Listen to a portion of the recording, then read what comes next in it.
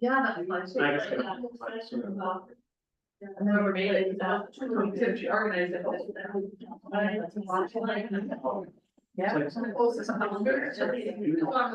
Yeah.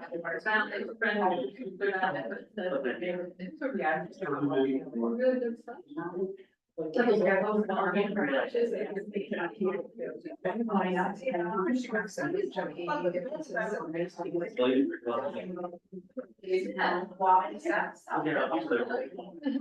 Yeah.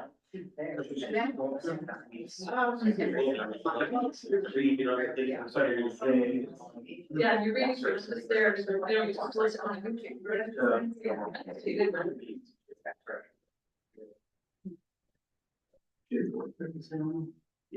They found scenery.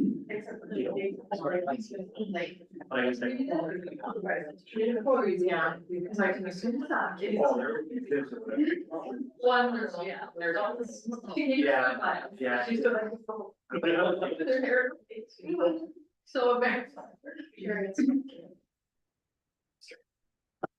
5:30, I'll call the meeting to order on Tuesday, November 12th, 2024. Can I have a roll call, please? Darrell. Here. Scott. Here. Beauregard. Here. Kramer. Grams. Here. We rise to the pledge of allegiance. I pledge allegiance To the flag of the United States of America and to the republic which stands one nation under God, indivisible, with liberty and justice for all.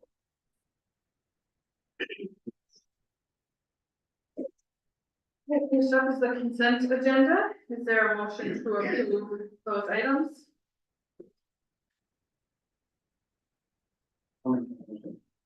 Is there a motion? Is there a second? I'll support. There's support. All those in favor? Aye. None opposed? Motion carried. And guest citizens forum, is there anyone who would like to say anything tonight before we start?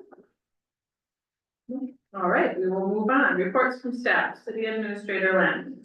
I wanted to update everyone, we're still going through scheduling issues with the East Range Joint Water Board, and so we're working to find a time that works for all parties. I will update you with more information once we have that meeting. I also wanted to congratulate everyone who won their elections. And I also wanted to point out with the additional unfunded mandates from the state, we will shoulder a hard cost of $1,371.65 in clerk's office overtime. However, it's much harder to account for the reduction in productivity for the 47 days of absentee voting in elections. Please be kind to staff for errors or oversights from the past couple of months, as we're pretty burned out and overwhelmed. I also wanted to point out that we received the East Range Times bill. It is not in your bill packet for this month, but I did want to highlight, we put in 5 advertisements in the month of October, and our total bill was $2,743.95. I'm going to compare that to the Mesabi Tribune, where we put in 6 advertisements, and it was $141.20. Why is it so expensive? That is the cost of advertising with the East Range Times. And so we do get a lot of feedback about how people wish we put a lot more in there. But for example, that utility ads we put in was $963.60. And so I know for one of those weeks, most Hoyt Lakes addresses did not put a shopper order.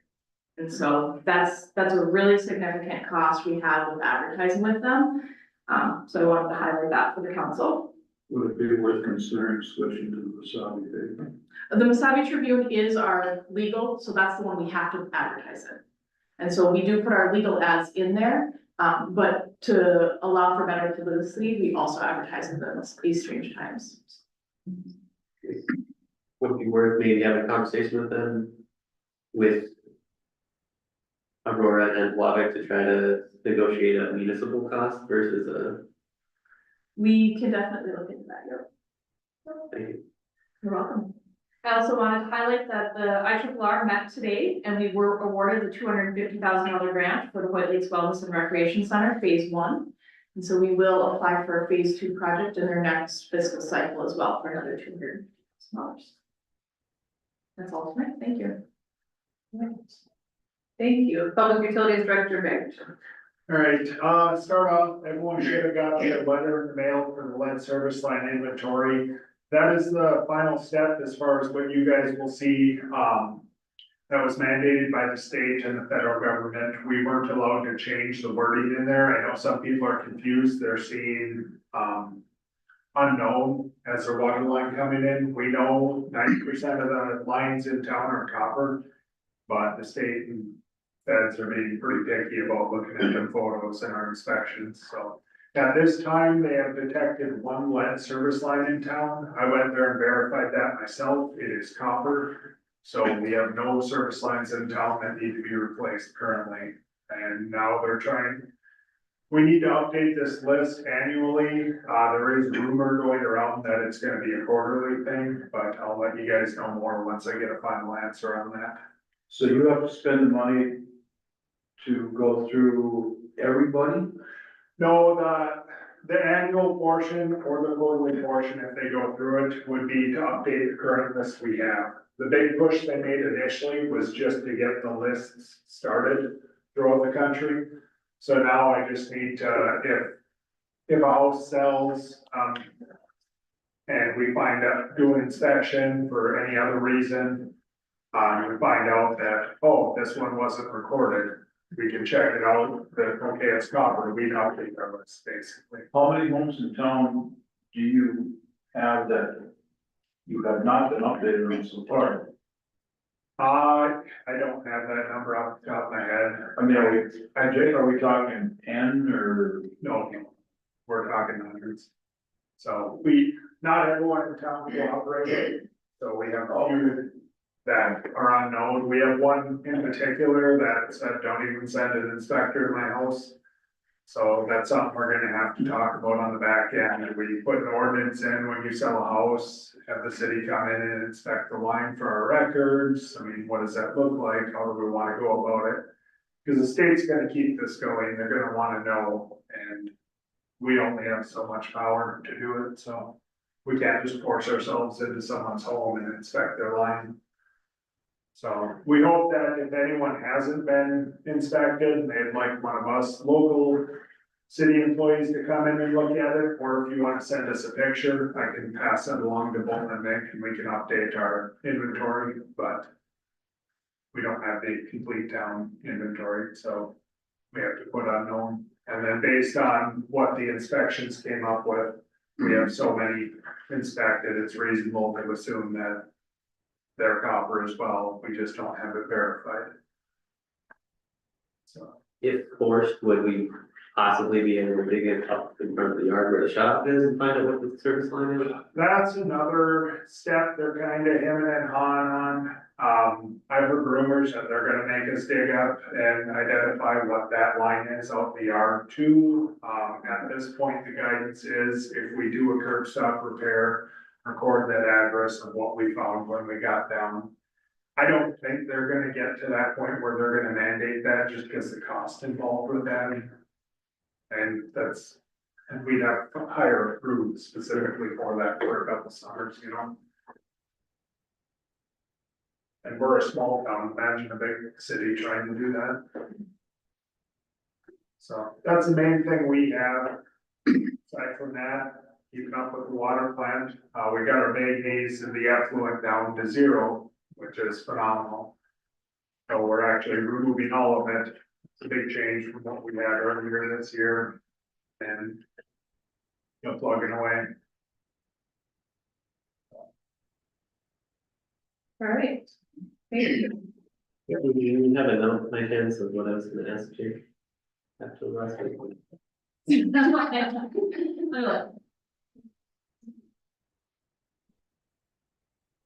it at a special meeting? Yeah, I don't remember. we were talking about the budget. Something about a projected cost maybe? Oh, of, utility bills, and that was Jake Crispo Okay, as part of the engineering presentation. one question for Becky on her statement there. Is it worth, for the next election, is it worth trying to hire a temporary staff position to help with absentee ballots or? We go back and forth with that in the office. So, you know, some days it's really, really busy and it'd be amazing to have an absentee ballot judge in there with us. Other days it's really, really slow. And so it's really hard to predict, as far as the inflow about that. Presidentials are way worse than the off years. So the next, in 2 years, the election won't be as bad as it is this year.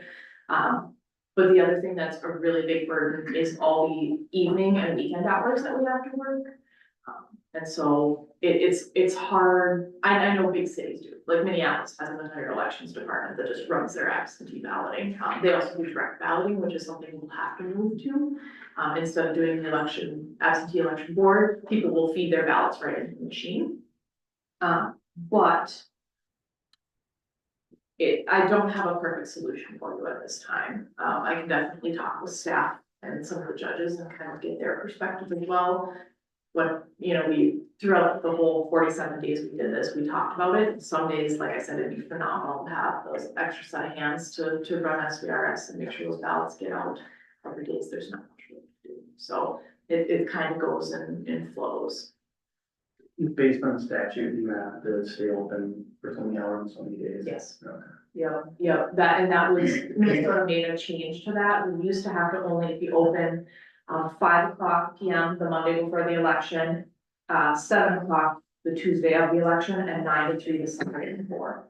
We now have to be open 2 Saturdays before, 9 to 3, the Tuesday before the election until 7, on the Saturday and Sunday before the election, 9 to 3 both days, 5:00 the day before the election, and 8:00 the night of the election. And so it's quite a bit of additional time for staff. Previously we discussed hiring in this, like an assistant level in the city hall there. We ended up not doing it and hiring summer staff for that, just to help with some of your other responsibilities in the city hall office.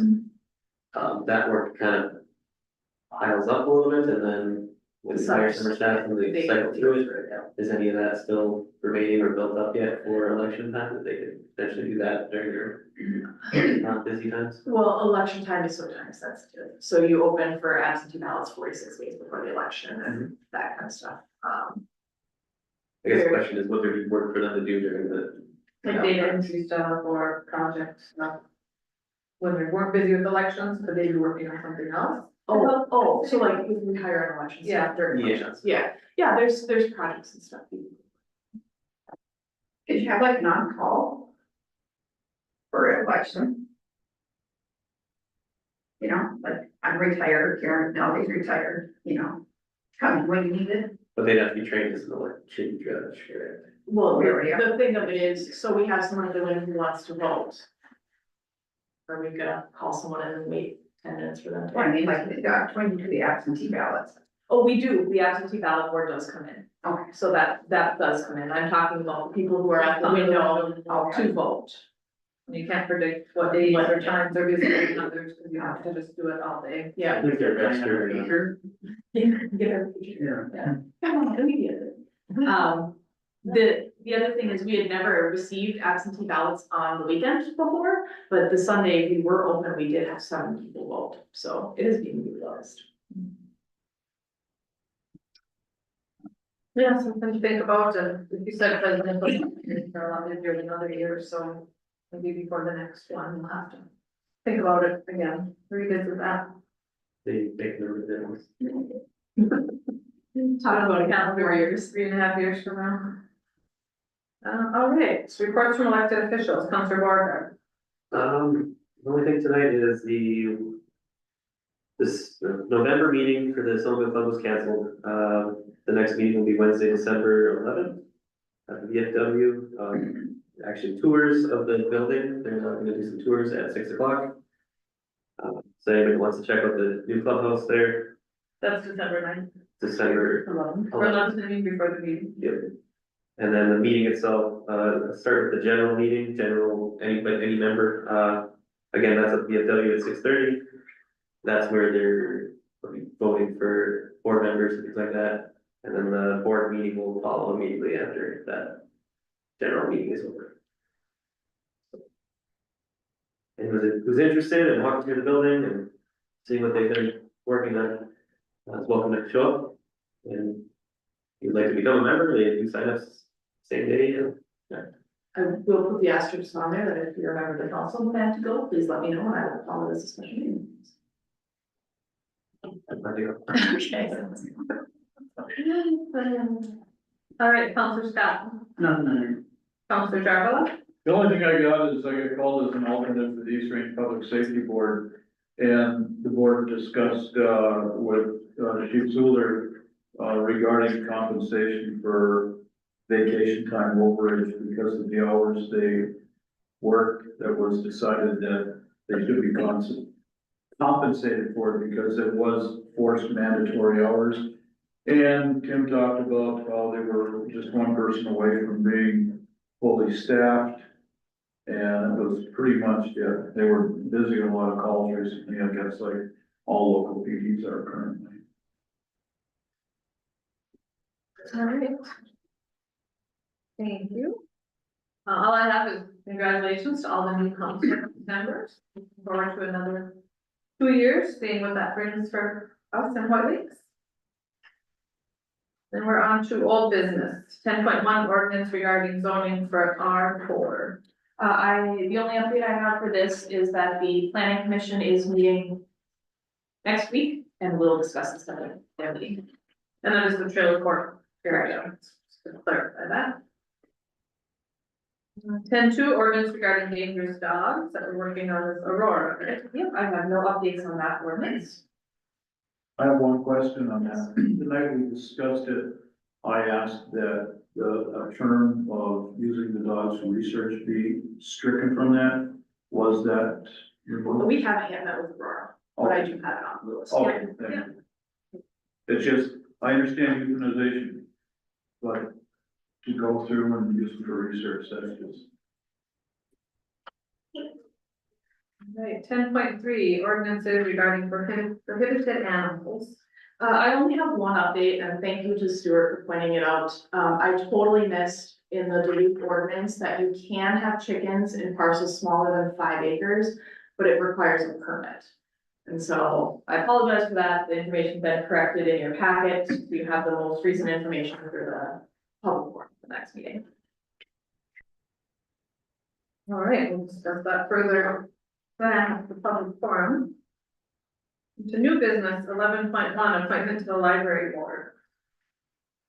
So this appointment was requested by the library board and they are asking for the term beginning January 1st, 2025.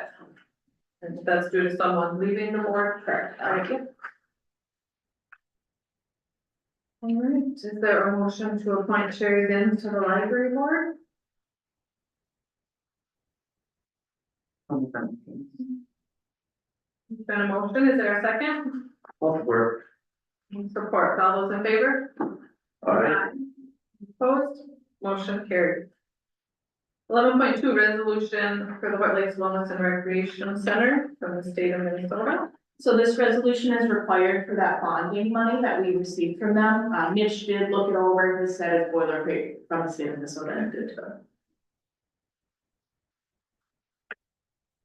To accept the funds. Yep, accept the funds, indicate that we have a conflict of interest policy, that we follow it, making sure that no one's getting kickbacks. That kind of stuff. What will the funds be spent on?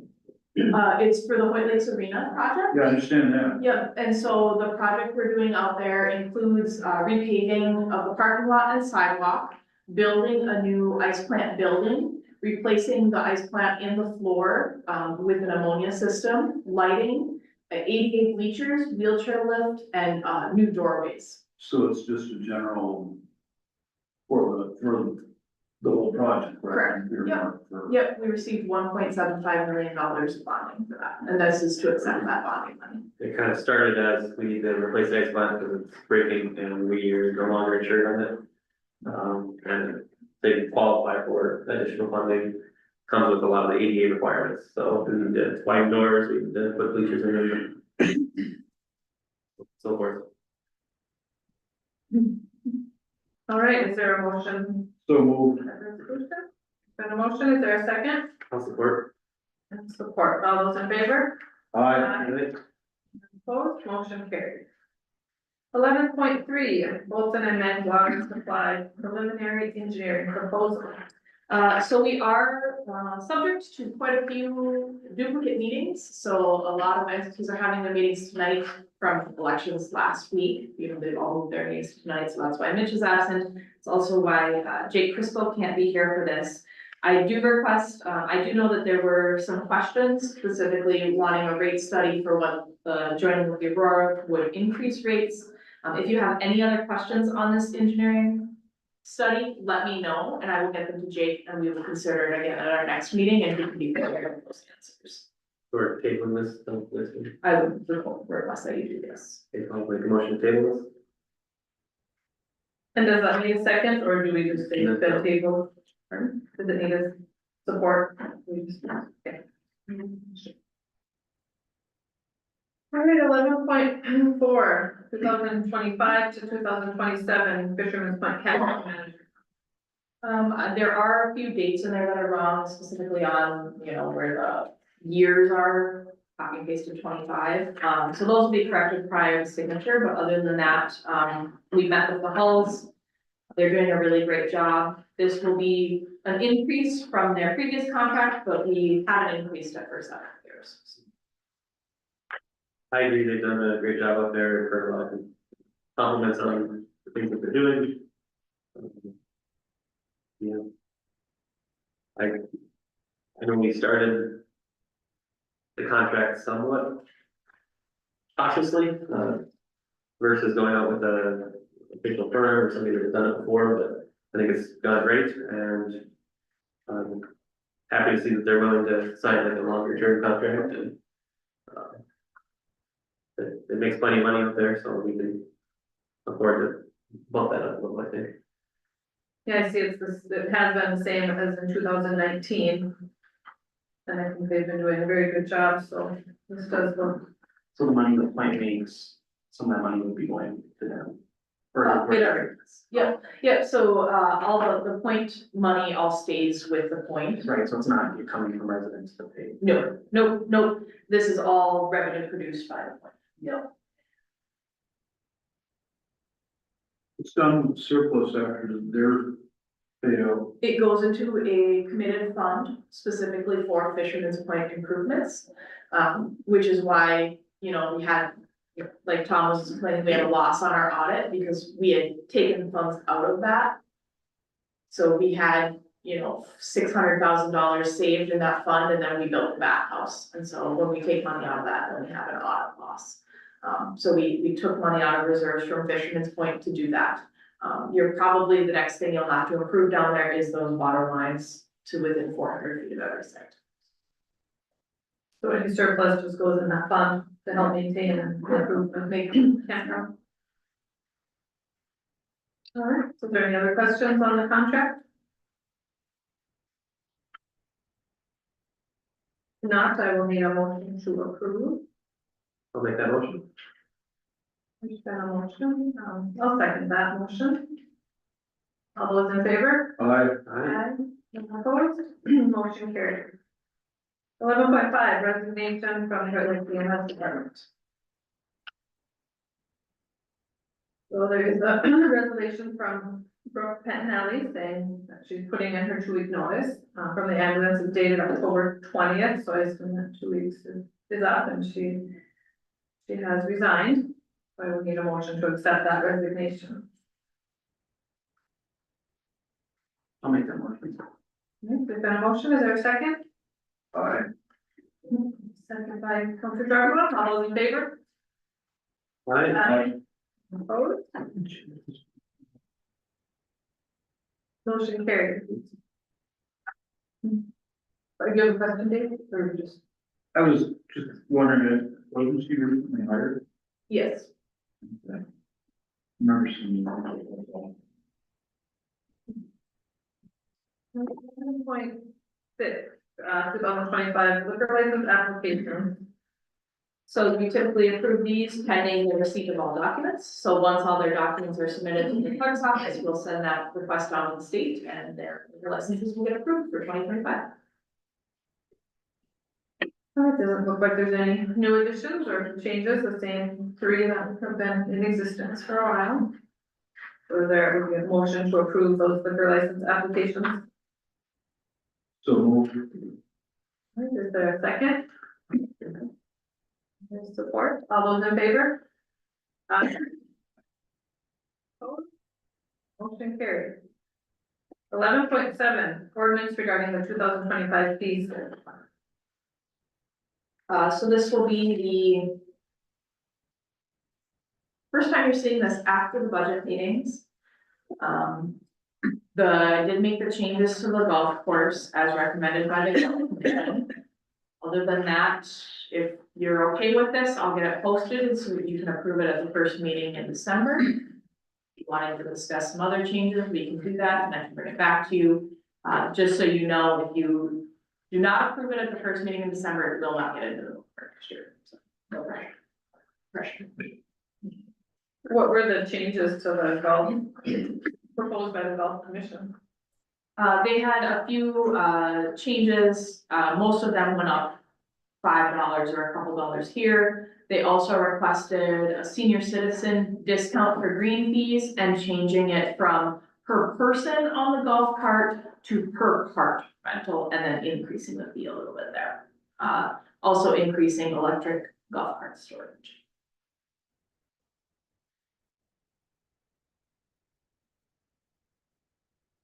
Is there anything to add to that, Stuart, when you were at the meeting with the golf commission? No, I think that comes about.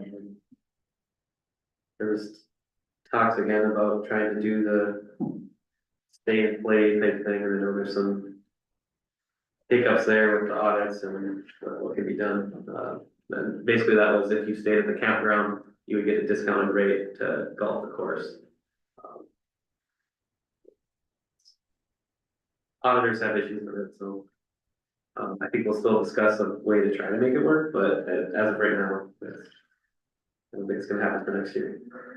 Wasn't there an option we talked about instead of like a coupon to actually put it in one of these, like, with camping fee? Yeah, Right. he wasn't Schedule. sure about that. That was totally legal and like, And so it's something we could add, even if it's not, doesn't get in the book, we can certainly still promote it once the point opens.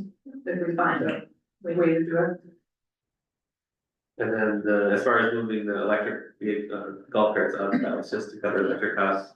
Electric costs keep going up, so they cost more money to store, they're charging constantly than the gas prices.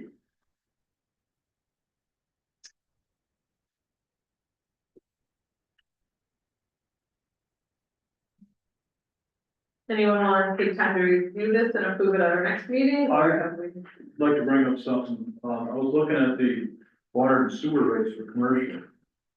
And it seems to me, you know, that it's like twice what residential is, yet we've got a service station here with one bathroom, with very little water usage. Probably uses less water than a residence would be. Lucky 7, yeah, they've got several bathrooms and the bay tanks, I'm assuming they go through a lot more water. Jake could probably know what the meter readings are.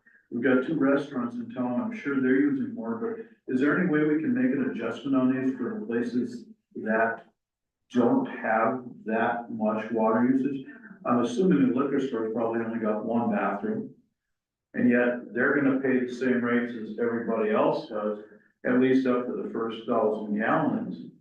I know it's not a whole lot of money, it's not gonna break the city's back, but still, I think there could be a modicum of fairness in looking at how these things are charged out based on the actual usage. So you'd like to reduce it from the minimum?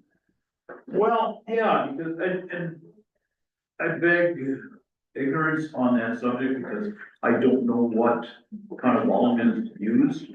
But you know, like I said, you got the restaurant, the bar and restaurant, they, with their cooking and dishwashing, they've got to be using more water than even the new store in town's probably got, what, 2 bathrooms, the dollar store? There can't be a lot of water usage there, but there, I think there's some way we could probably look at it and make an adjustment for either number of bathrooms or, I don't know if the city keeps record of the water and sewer usage.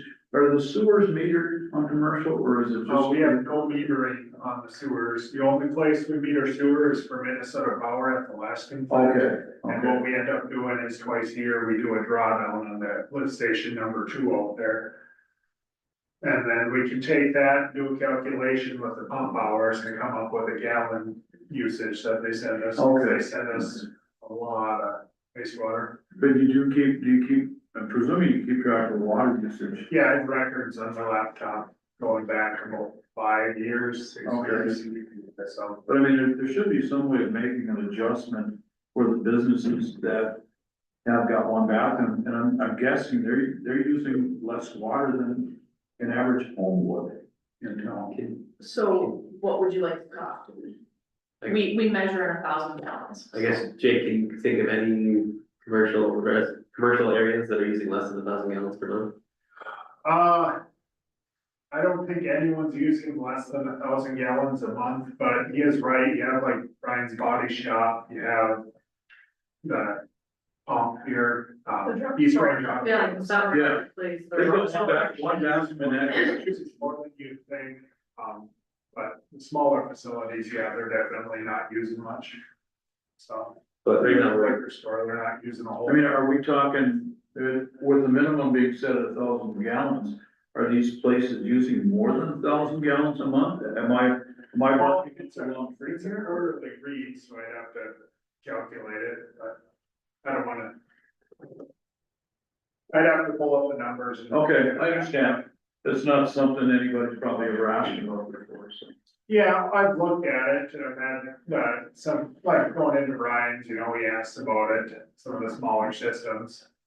You get in the winter time when people do have to run water, we give a discount from that, because, the post office in particular, that place will freeze up over the winter if they don't keep the tap running. Yeah, So we cut that down to, the way we do that is we figure out what their average was for the whole year that they weren't running the water, and then charge them based on that. okay. So it's typically calculated at a 5,000 month minimum, 5,000 gallon month minimum, and we actually are charging them less than that for the minimums. So the 115.77 minimum is a quarterly minimum. And so if we calculated that out to the per gallon cost, it would be $7.66, and we are only charging them $5. Have you ever metered a residence in town to calculate? There are very An few average? homes in town that have meters. I know my dad's house is one of the few that actually has one. I guess back in the day, they had meters in some of the houses. That is something that would help, if we did meter in town, but it's kind of 50-50 on how people feel about that.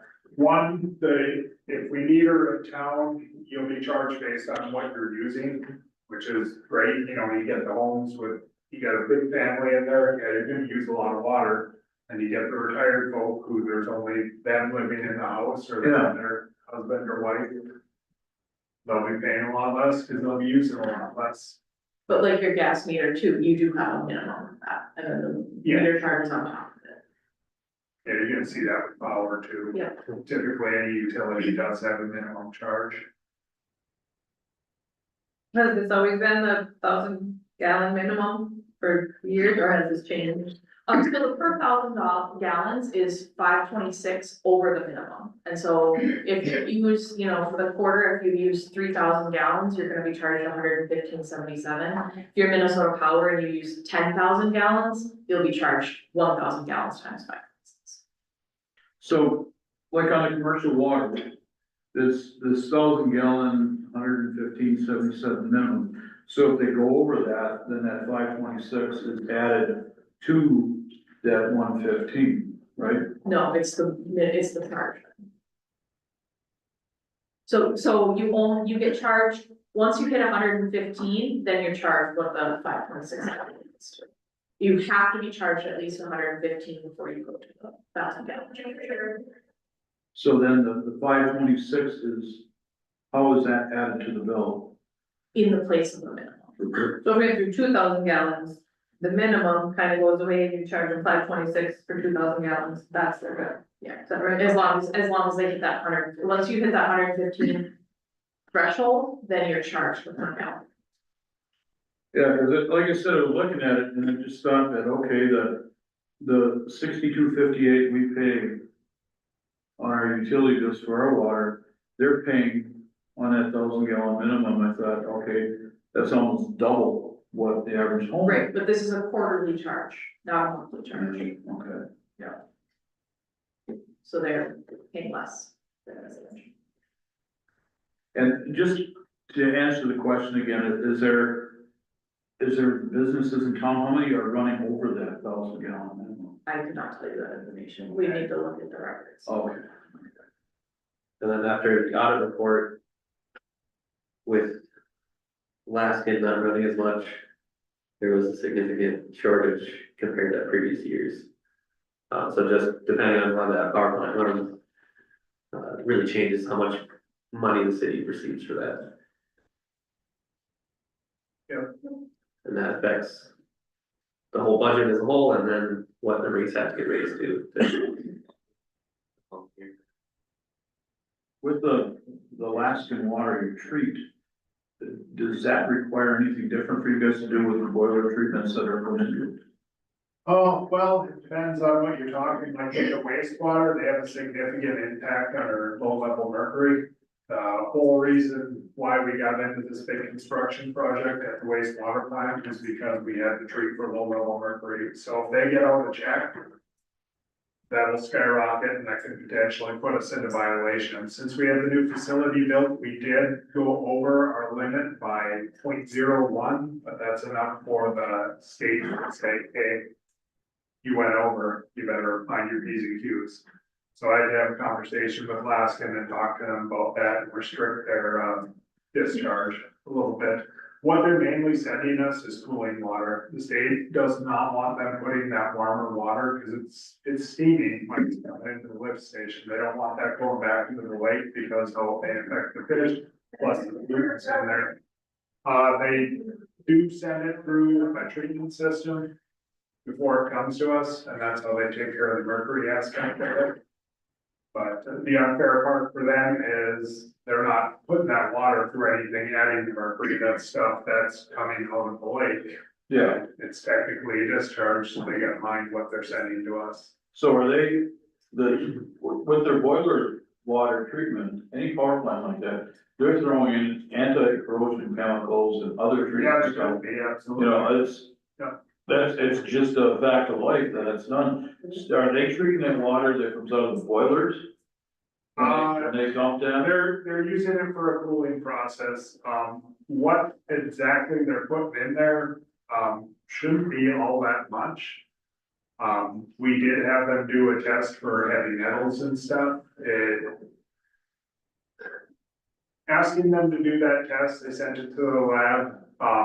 They didn't produce low enough readings that we wanted. Everything showed up as less than, because when you send it for this stuff, you have to have a parameter. Their parameter window is outside of our normal limits. It was higher, so I talked to Josh, they're gonna have them test occasionally just to see what kind of heavy metals they're sending. As far as messing up the plant, the only thing I have seen to mess with our effluent results has been that mercury. Okay. Like I said, we had the conversation. If something else does come down the line, or it smells weird, or whatever else, then we'll have to have another conversation, because we do have a discharge, agreement with them. So. So Dave, is that something you wanna see as some numbers, like from the last year? I don't wanna put anybody through a whole lot of hassle, but like you said, it would answer some questions. Yeah, absolutely. If you want to come sit down with me sometime, I can show you the current agreement we have, like.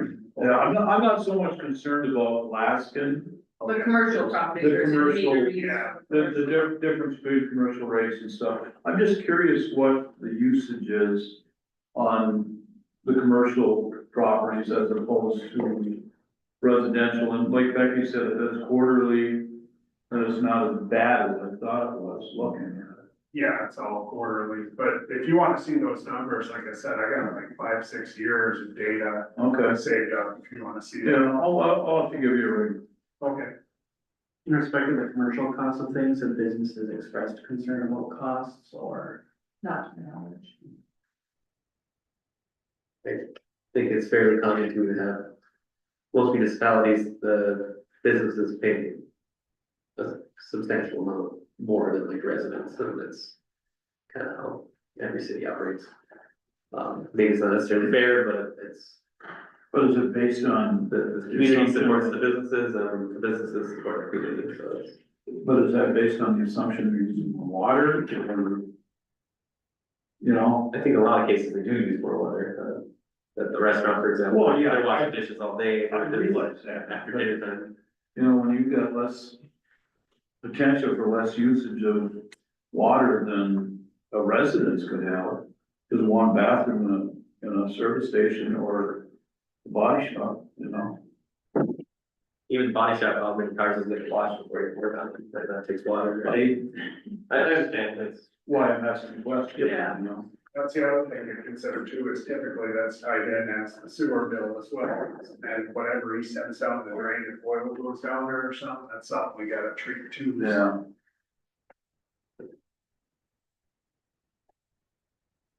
Yeah, if we wanna put this on the next agenda for approval, maybe discuss that or look at some of those things. The other thing I thought of was, I thought we talked about having a resident price for like rentals for the arena and for the midway shelter and things. I thought we thought maybe doing a discounted rate if you could approve residency. For the community building. Yeah. The arena already has I one. don't see no need of it. Yeah, resident, non-resident. Main arena, $650 for non-resident, $450 for resident. Multi-purpose room, $500 for non-resident, $300 for resident, so. Yep, and I just don't see how the community The building. community, okay, I don't think I got what you'd be looking for, Okay, as far as do you, that was like last year maybe, but oh, yeah. I think there's that. What would you like that to be? We have $125 for the upper level, $75 for the lower level, and then $30 for the shelter. The shelter price matches the shelters.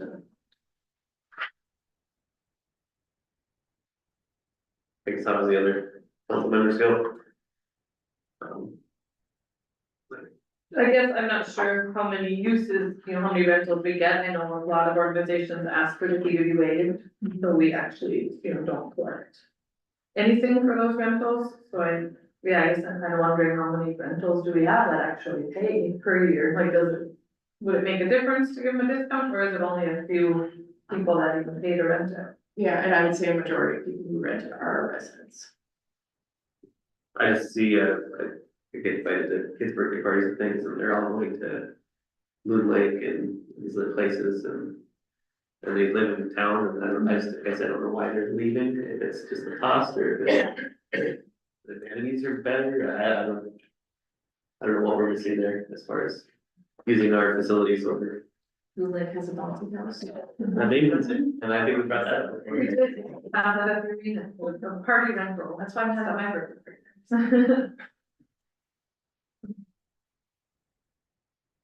Yeah, not, do you like a, you know, 20% discount for residents, or do you just do a standard fee? Because I guess if you're doing 20%, the math might get weird, and it would be an odd amount. You have a proposal? I guess I just wanna see it get used. Yeah. We've already spent money on it, I just wanna see it get used. $100 a day for the upper. For So a residents, $25 discount. and then 50 for lower, and stay the same for midway? Because it's what. I think so, Midway's already, it's brand new, so. How does everyone else feel? 25 seems fair. We want to see if they need more, no, we do see a significant increase in people who apply And so we're gonna request that they bring their driver's license, 3 bills, 4 other forms. Perfect. I will make those changes, prior to posting it. It'll need to be posted for no less than 10 days prior to the next meeting. Then at the next meeting, you will be able to approve this. Oh, Garbage Where's the garbage bags or something? bags are Under utilities. I do not have prices for stickers for you. Yeah, That was gonna be your question, Cause we're trying to run out of bags, which should be about January, about. Yep, so that would be like basically when the book takes over, so we Yeah. need to have. We're safe, using the same prices or, yeah, I would assume you use the same prices for stickers, it would just be easier to utilize and the than bags. stickers will be once or like a bigger, whatever that is. 15 gallon, 20 gallon. The two different ones. Yeah, Different one is things. large, one's small, and Has you shared specifically how old the stickers were? I remember us talking about it, you didn't have like specifics. Yeah. Like everyone. yeah, so, we get our bags from Range Paper, and so I called them for prices on stickers, and we're looking for single-use stickers, so if you stick it to something, you can't then peel it off and reuse it, essentially. I asked for if they could do two different colors, or, so like one is orange, one is green, so that indicates the different sizes. He's having a really, really hard time sourcing that in a way that's effective, like we can buy 10,000 stickers at a time, but then someone's gonna need to count them all and put them in bags. So that's gonna be quite a bit of labor when we go to sell them, and so he's still looking to see if there's somewhere we can buy from that pre-counts them and packages them in, 10 stickers. And so then when that happens, Jamie is definitely on board, and, he'll make a determination if the bag is in between, probably take it no matter what. But if it's untied, his big things where the bags have to be tied and they have to have stickers on them. And so if the bag is untied and doesn't have, or doesn't have a sticker, he will leave it at the curb. So those are his big concerns. I think he recommended a sticker type that was basically long and skinny, to where you wrap it around the tie Yeah. and stick it to itself. Yeah. And that way you can see that it's tied and the stickers on it, versus just something you stick on the side. Right. And I couldn't sleep one night, I was online looking at stickers, and so I found a website that does them in sheets. And you can get 10 or 20 per sheet, and they're fairly reasonable price, so if you want me to share that information. Rick, and I don't know if they'll fit the recommendations, it's not a wrap, it was a circle. Sticker, but. Yeah, that'd be great. I'll share that with you. And I think Jamie's willing to work on something. It's just- Oh, yeah, I don't think it matters. And we're not locked in forever, either. We can change next year or whatever, Yeah. next order. If we do switch to stickers, please make them aware of the fact that they have to work in cold weather, Yes. so you don't bring garbage into one. Yeah, the other thing I've heard too is Ely does really, really little stickers, and they're hard for people who may have disabilities to use, and so we wouldn't, they have like dime size stickers, and we'd be looking for something significantly bigger and easier to use. Yeah, I think the ones I saw were probably like as big as gavel, or bigger, they were like a circle sticker, so.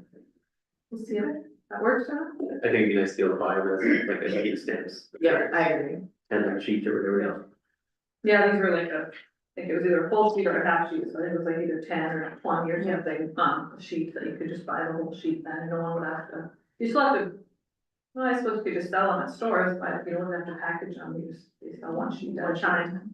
Yeah, and that's kind of what we're looking for, rather than having someone come up with 10 stickers and put it in the mix. And just to cover again, the cost of those stickers go towards the tipping fees.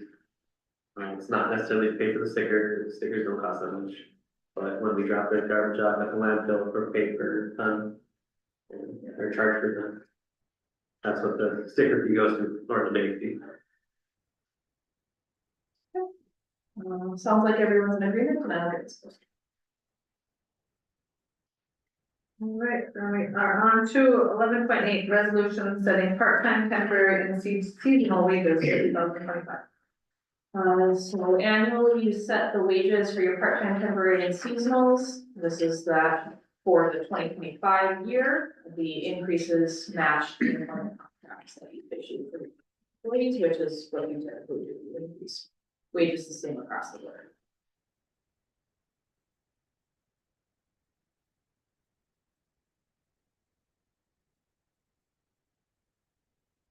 Are there any questions or comments on the wage resolution?